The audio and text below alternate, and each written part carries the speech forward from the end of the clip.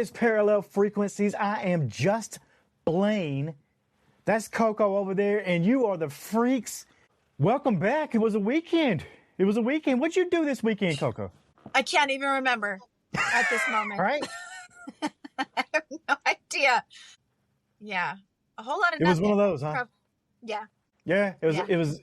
I mean, it's been a day already. Like I even said to you earlier, I was like, it's still Monday?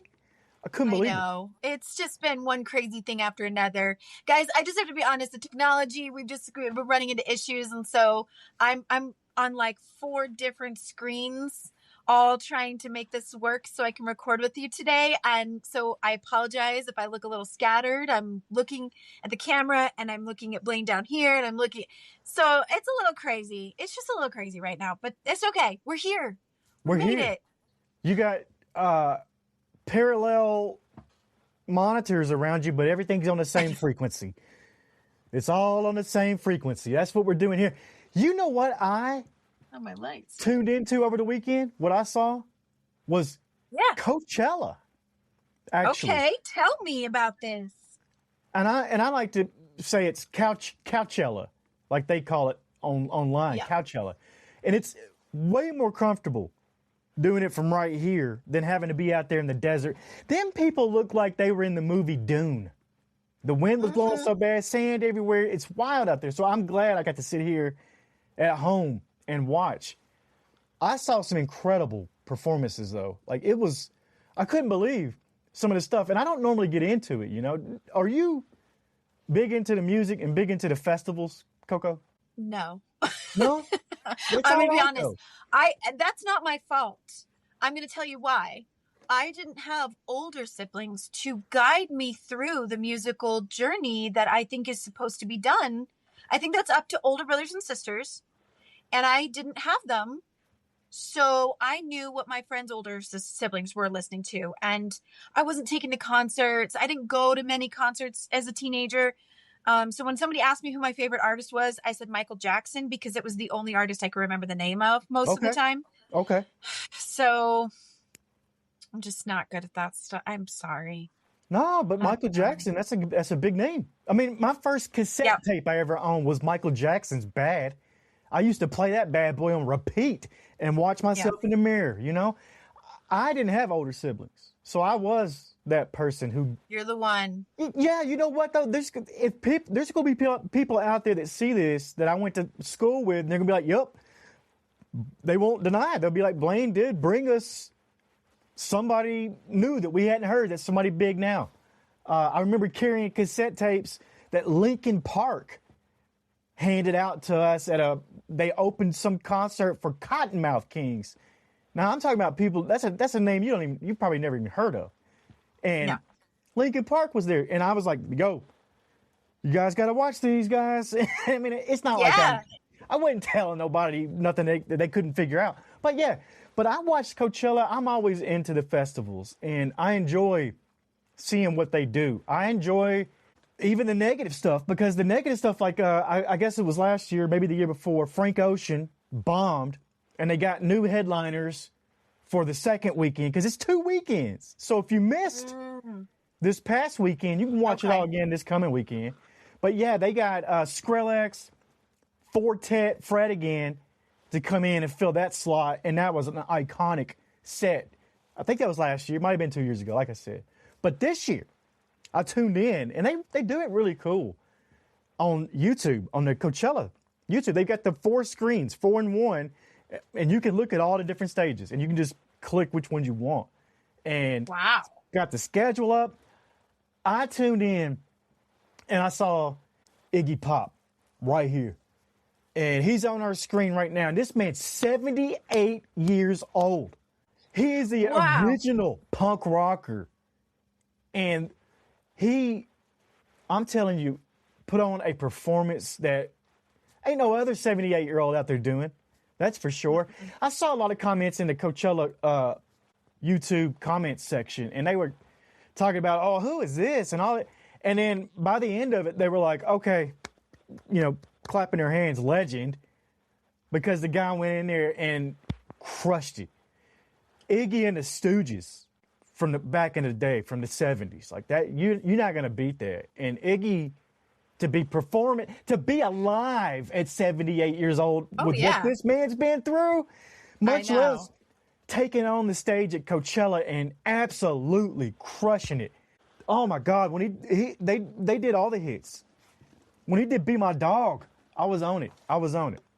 And then I saw some more. Are you familiar with Iggy and his work? That's a rabbit hole. Yeah, that the OG, the real guys, the guys that I don't know, like Started. What do you say?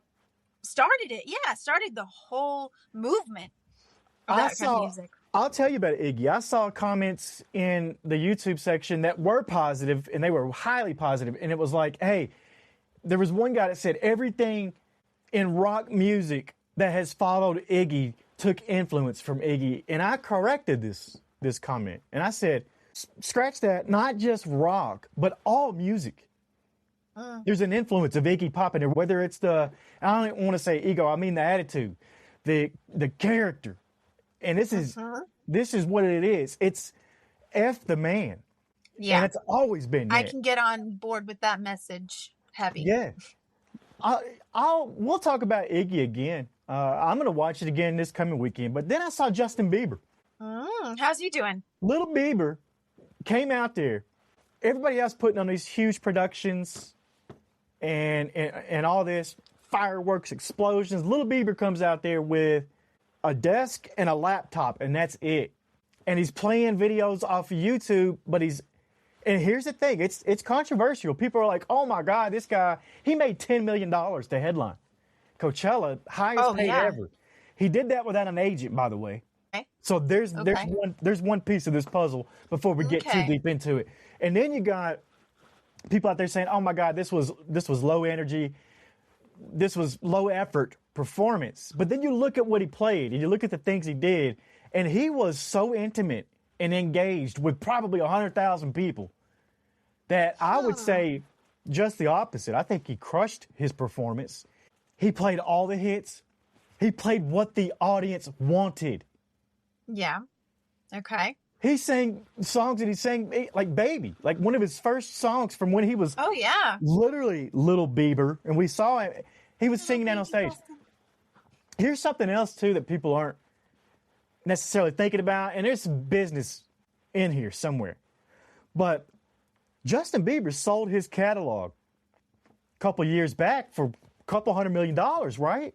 With him playing the videos off of YouTube and being able to perform the songs means that he didn't have to get a band and didn't have to get the licensing to play his actual music from who owns it now.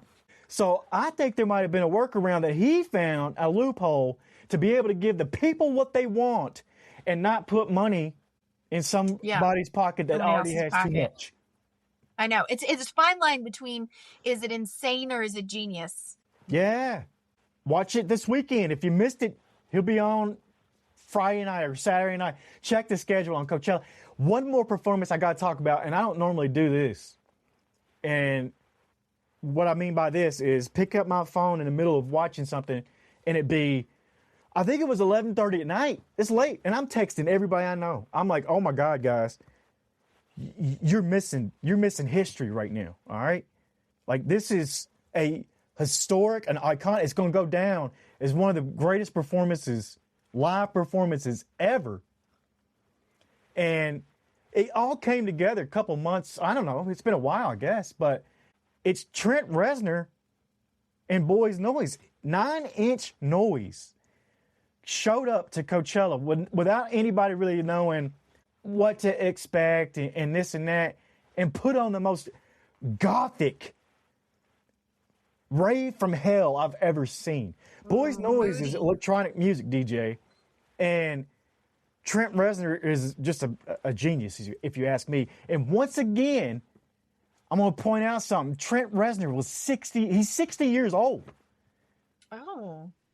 And commanded a crowd, commanded an audience. And sure enough, the headlines the next day, everywhere I look, iconic performance, historic performance. All the words that I used were used to talk about Trent Reznor. Atticus was there. His wife, Trent Reznor's wife was up there singing with him.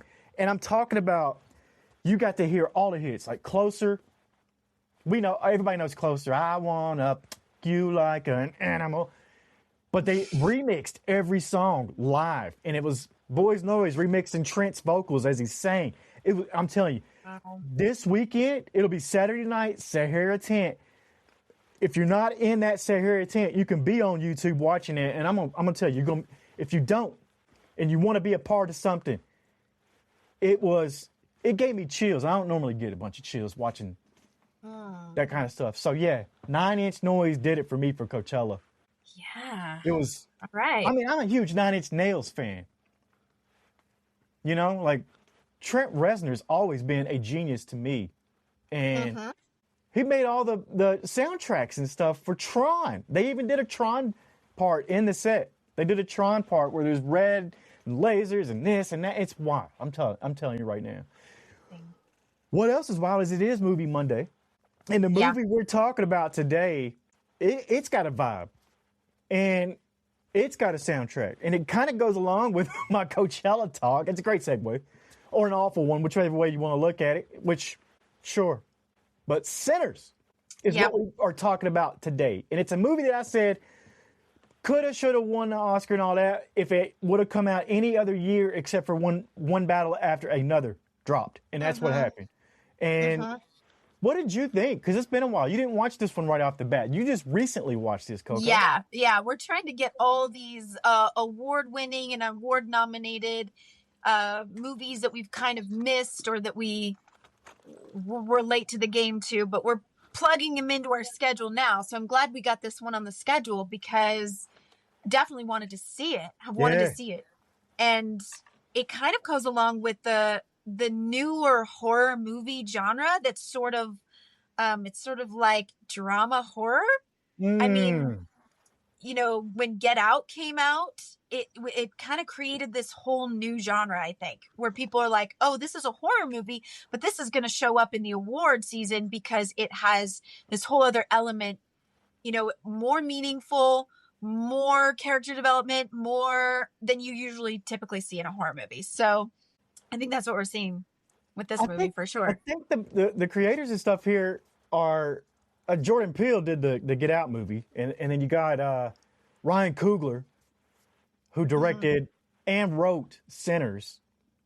So you got some powerhouses right there. But I think what we're doing, and they're tapping into, is it's almost making us feel nostalgic, but it's in a genetic memory kind of way. And you probably know more about that kind of stuff. I don't know how they're tapping into making us feel like we're in this environment, but there's something about it, and it's not just introducing you to its world, but it kind of assumes you've already been there.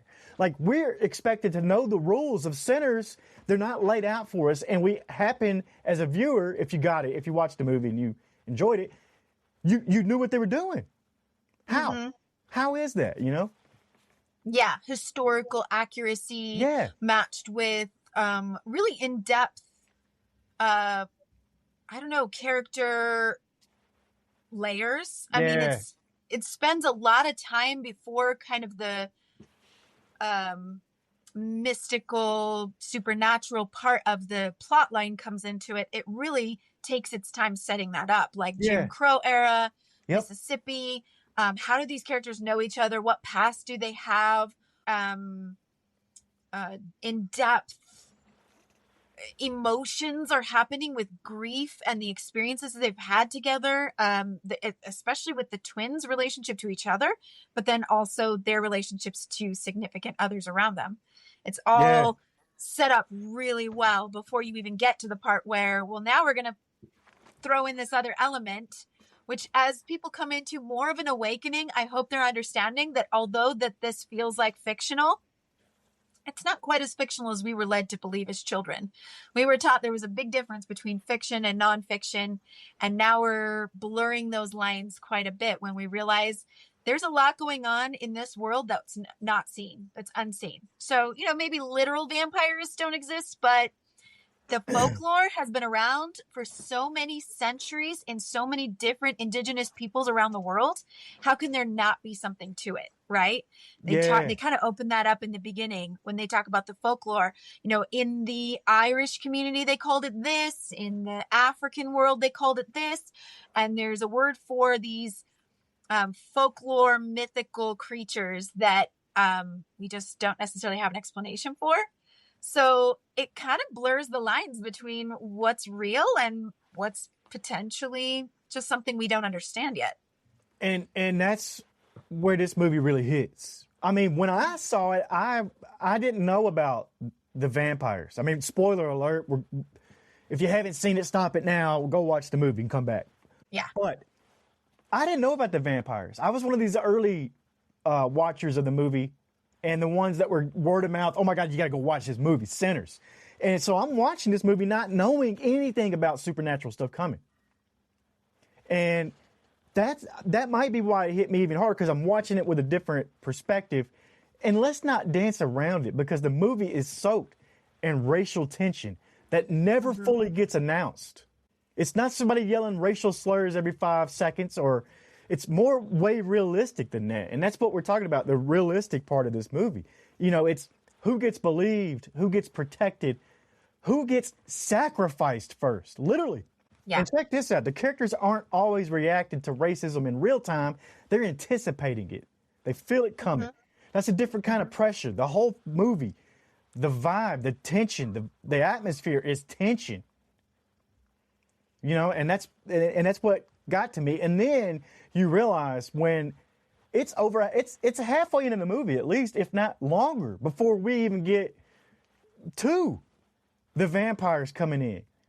And then you're like, oh my God, racism, we don't even have what? Like, that's the least of our worries at this point. Like, we got to worry about succumbing to that, or, yeah.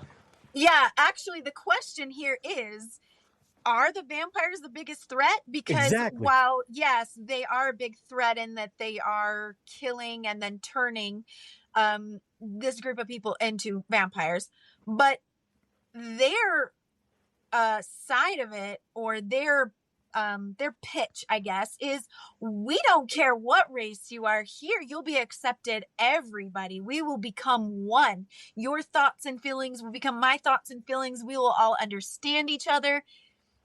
And by the way, the main vampire says, you were never going to last here anyway. Yeah. The clan was coming for you. They were never going to let you open this juke joint here. Like, just letting you know, there's a threat to you outside of us, and they walk around in the daylight. They're not just waiting for nightfall, right? Yep. And so that kind of begs this question with, like, actually, and again, spoiler alerts, if you guys haven't watched the movie, what are you doing here? Because we're gonna tell all here. But with Stack and Mary turning into vampires, they get to go on and live as vampires for immortality forever. The problem is the clan comes the next day. I mean, everything they said was going to happen happened. And so it makes you realize that actually the vampires may not be the biggest threat. I think that the white people that were turned into vampires at the beginning in the first part, they were improved upon by becoming vampires rather than being clan members as they were originally. And that's where this movie gets real slick. It's when these two things combine, they collide, you know? And that's Michael B. Jordan playing Smoke and Haley Steinfeld as Mary. Mm-hmm. But the vampires don't feel separate from the racism. They feel like just an extension of it. Like, what if the monster isn't invading the system? What if it's just revealing what was already there? And that's what you're talking about. Because think about it. Who do the vampires target first? Who do they move through the easiest? It's the same people that society already made more vulnerable. That's not a coincidence. It's by design. And that's the real scary part here. It's not the scariest thing is in this movie is not getting bitten. It's realizing this, you know? Yeah. And the themes of race and the complexities of that, I love how that's shown even before the vampires show up in Mary showing up to join wanting to be a part of the juke, wanting to be obviously in love with Stack, wanting to be a part of his life and figure that out. But the reaction that they have to her is, you've got to get out of here. Yeah. And why? I mean, I think somebody who is ignorant about race and the very complex histories behind all of it would be like, I don't understand. Why wouldn't they let the white people in their joint? Why wouldn't they want Mary there? I mean, he says it is like, what if somebody looks at him wrong? What if somebody spills something on their shoe? We are all in danger here if there's something that goes down. And that needs to be brought to light. Like, this is self-preservation. They know there's a big difference, right? I'm going to throw this out there for the freaks. I'm going to throw it out there for you too if you want to answer it. But it's going to be a tough one. This is an uncomfortable question. But that's what we're going to do here at Parallel Frequencies. We're going to talk about this stuff. Who's the victim in all of this is one of the main kind of overviews, right? So I want to ask, does racism create monsters, or is racism the monster? And we just needed a visual metaphor to finally see it in this movie. So is racism the monster, or does racism create monsters? And I think those are two totally different things, and I keep going back and forth. Yeah. Well, I think that's the beauty of a great, well done movie, is to ask the questions, to have us be asking the questions. I mean, that's what we're meant to do with something that's good art. It is, and it's good art. And let me talk about the scene. And I'm talking about the music scene, the almost the time traveling scene. My favorite scene. Oh my God, I've run that thing back. I've watched it multiple times. It's incredible how the music already was telling the story. If you listen to it, like it's tipping you off pretty well. And something ain't right here. And when we see the juke joint had that concert, I'd like to see that on stage at Coachella. They should bring that back and see if they could get that going, because that was incredible to me. Showing the thread of ancestral line in connection to the current moment, the music, what the energy is bringing in, and then the thread outward into the descendants, the future, connecting us all. This is powerful stuff. I love the entire soundtrack, and that song is called I Lied to You, which it's got some emotional weight already, and it feels like these songs in the movie were telling you the story, and they're not, but they're at least giving you some sort of spiritual signal, like the lyrics don't have to necessarily spell it out, just like the whole movie didn't spell out every single thing that you knew. Mm-hmm. But like I said early on in this, it comes from like an almost genetic memory type thing. That's something ingrained in us that we have been here at some point or something. And that's wild to me. But yeah, I think the movie's soundtrack could have a whole show dedicated to it. Wang Dang Doodle, that was a rocker too. This Little Light of Mine, like they did all these songs in this movie. Dangerous by Haley Steinfeld. Mm-hmm. I thought this movie was incredible, completely amazing. And like I said, any other year and one battle after another is not in the mix, it probably wins Picture of the Year. I could easily see that. There's a lot of people that didn't like this movie, and I can probably see that too. Most of those people aren't our freaks out there, I can tell you that, because we don't go for that. But I would definitely see that as being a thing. So what's your final thoughts on Sinners? I'm glad you finally got a chance to catch this one. Yeah. Okay. So I don't think it's going to be any surprise to anybody who knows me. My favorite thread through this movie is Annie, the role of the witch, because as people know, I proudly call myself a witch, and I'm hoping that the term of witch will come to light as the wise woman or wise person that it is, that the role that they play in society is knowing the herbs and remedies and medicines and folklore and all of the generational connections that apply here, because Annie is the one who, it's clear that when we first meet her, she's the one handing out herbal remedies to people in the town, people in the community. She's the one that people go to for charms, amulets, protection, whatever kind of witchcraft is needed. And she's respected for that role and position. And then she's kind of the one who is going to know what to do here. Like, they have to turn to her when normally they would turn to Smoke and Stack to be like, what do we do here, guys? They're the soldiers. They're the ones who are going to be the brawn or around what's going on and like take action. But in order to make a plan, in order to know what they're up against, in order to know what tools they have, they're going to be looking at Annie, because she's going to be like, so we've got garlic, we've got this going on, we've got,